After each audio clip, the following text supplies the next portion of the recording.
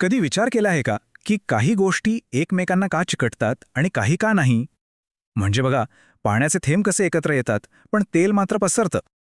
आज आपण रेणूंच्या दुनियेत शिरणार आहोत आणि त्यांच्या या चिकटपणामागचं खरं कारण काय आहे हे समजून घेणार आहोत. चला तर मग हे कोडा सोडवायला सुरुवात करूया. चला, एका मजेशीर प्रश्नाने सुरुवात करूया. ॲसिटोन आणि ॲसिटिक ॲसिड हे जवळजवळ जुळ्या भावांसारखे आहेत. आकार आणि वजन जवळपास सारखंच. पण गंमत बघा, ॲसिटोन फक्त 56°C उकळायला लागतो, तर ॲसिटिक ॲसिडला उकळायला तब्बल 118°C लागतात. दुप्पट फरक. असं का? यांच्यात एवढा मोठा फरक का आहे? आज आपण यामागचंच विज्ञान उलगडणार आहोत. तर मग आपल्या या कहाणीतल्या पहिल्या पात्राला भेटूया. याचं नाव आहे कार्बोनिल गट. हा अल्डिहाइड्स आणि कीटोन्स या दोघांमध्येही असतो. आणि खरं तर हीच त्यांची मूळ ओळख आहे. तर हा कार्बोनिल गट म्हणजे नेमकं काय? अगदी सोप्या भाषेत सांगायचं तर एक कार्बन अणू जो एका ऑक्सिजन अणूसोबत दुहेरी बंधाने म्हणजे डबल बॉन्डने जोडलेला असतो. हा जो सी सिंगल बॉन्ड ओ बंध आहे ना, तोच या रेणूंना त्यांचे विशेष गुणधर्म देतो. आता या C=O बंधात एक गंमत आहे. ऑक्सिजन जो आहे ना, तो खूप इलेक्ट्रॉन लोभी असतो. तो कार्बनपेक्षा जास्त ताकदवान असल्यामुळे बंधामधले इलेक्ट्रॉन्स स्वतःकडे खेचून घेतो. यामुळे काय होतं? ऑक्सिजनवर थोडासा निगेटिव्ह चार्ज येतो आणि बिचाऱ्या कार्बनवर थोडासा पॉझिटिव्ह चार्ज. आणि झालं, आपला रेणू एका छोट्याशा चुंबकात एका मॅग्नेटमध्ये बदलतो. मग हे जे छोटे छोटे चुंबक आहेत ते एकमेकांशी कसे वागतात? अगदी सोपं आहे. एका रेणूचा पॉझिटिव्ह टोक म्हणजे आपला कार्बन दुसऱ्या रेणूच्या निगेटिव्ह टोकाला म्हणजे ऑक्सिजनला आकर्षित करतो.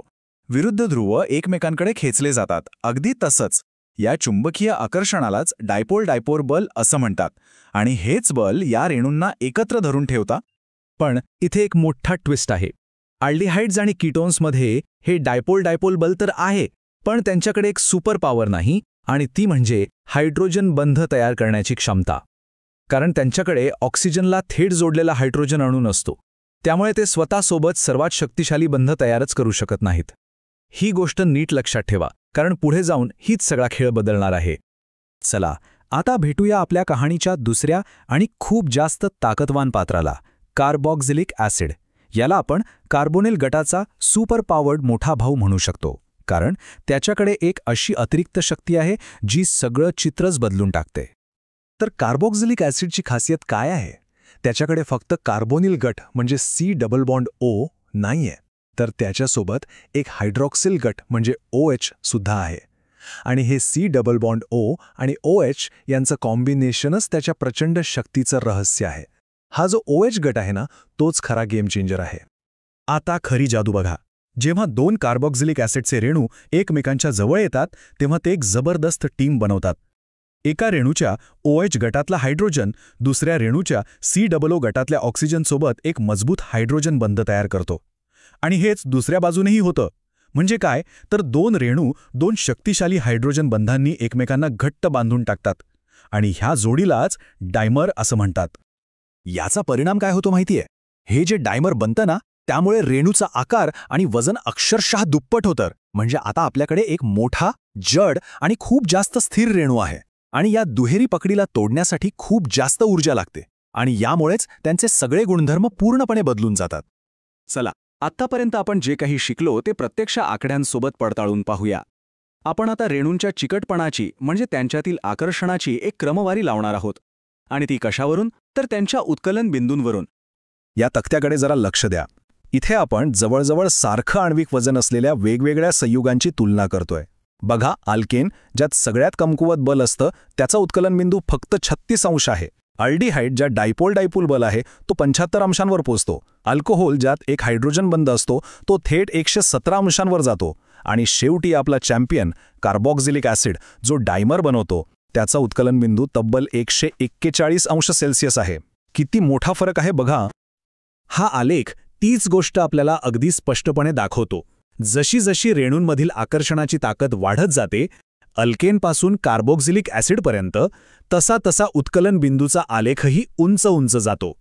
हे चित्र एकदम स्पष्ट करतं की ती डायमर बनवण्याची शक्ती कार्बॉक्झिलिक ॲसिडला इतरांपेक्षा कित्येक तरी पटीने जास्त स्थिर आणि मजबूत बनवते. आता ही जी आंतररेणुवीय बलं आहेत ना, ती फक्त उत्कलन बिंदूच नाही तर विद्राव्यता सुद्धा ठरवतात. म्हणजे एखादा पदार्थ पाण्यात विरघळेल की नाही हे सुद्धा. नियम सोपा आहे. Like dissolves like. म्हणजे सारखे सारख्यामध्ये विरघळते.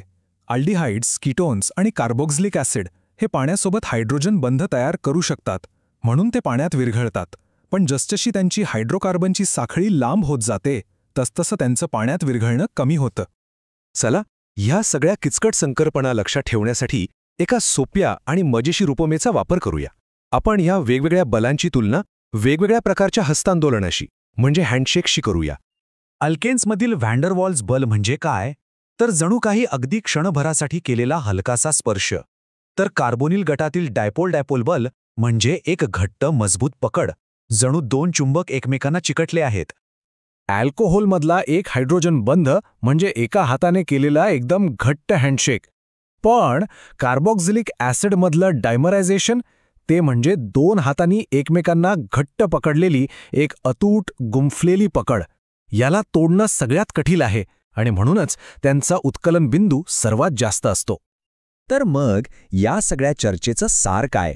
सगळ्यात महत्त्वाची गोष्ट ही आहे की रेणूचा कार्यात्मक गट म्हणजे फंक्शनल ग्रुप ठरवतो की त्यातील आंतररेणवीय बल किती शक्तिशाली असेल, आणि हेच बल त्या पदार्थाचे उत्कलन बिंदू आणि विद्राव्यता यांसारखे भौतिक गुणधर्म कसे असतील हे ठरवतं.